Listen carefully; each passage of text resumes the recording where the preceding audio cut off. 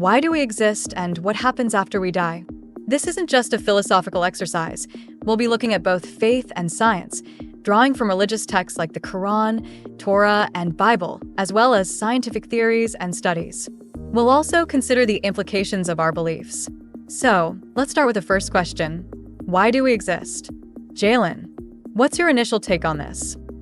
Well, Nia, when we talk about why we exist, it's a question that has echoed through millennia, right? From a faith perspective, specifically looking at the Quran, Surah Al-Baqarah, verse 30 tells us that God created humanity as his vicegerent on earth.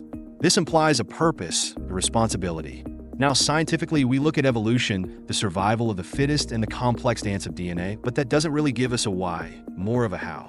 So, while science explains our biological existence, faith provides a purpose for that existence.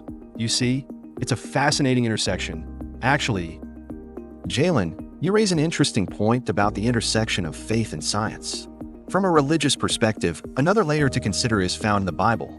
In Genesis 1 verse 26, where it states humanity is made in the image of God, suggesting a divine intention and unique role. On the scientific side, while evolution explains the process, some philosophers like Nietzsche argue that existence itself might be devoid of inherent meaning, pushing us to create our own purpose.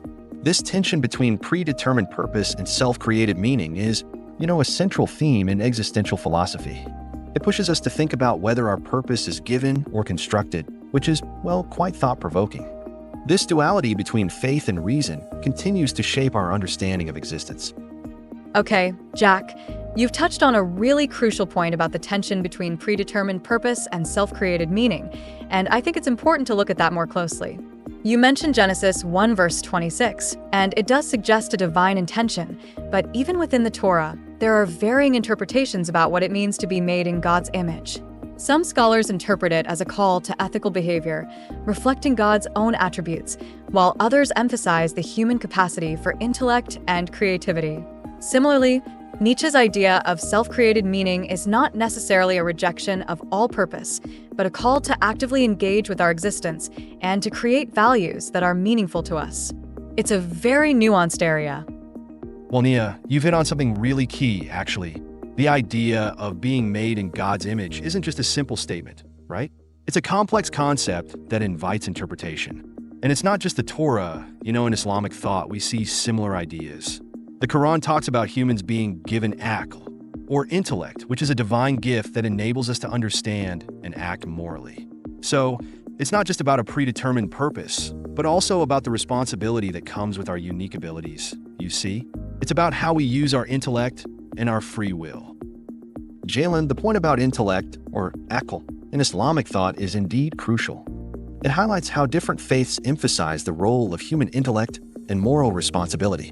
In the Quran, Surah Al-Baqarah, verse 31, God teaches Adam the names of all things, symbolizing knowledge and understanding as divine gifts.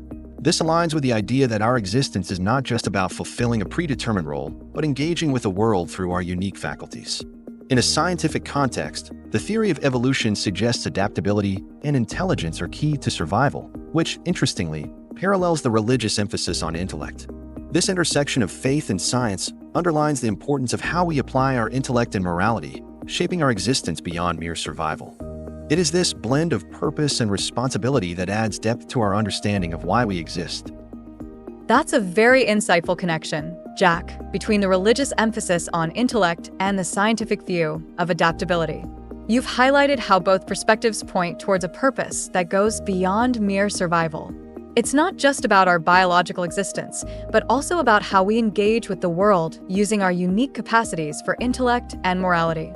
The Quran, Torah, and Bible all seem to converge on this point, emphasizing the responsibility that comes with our unique human abilities.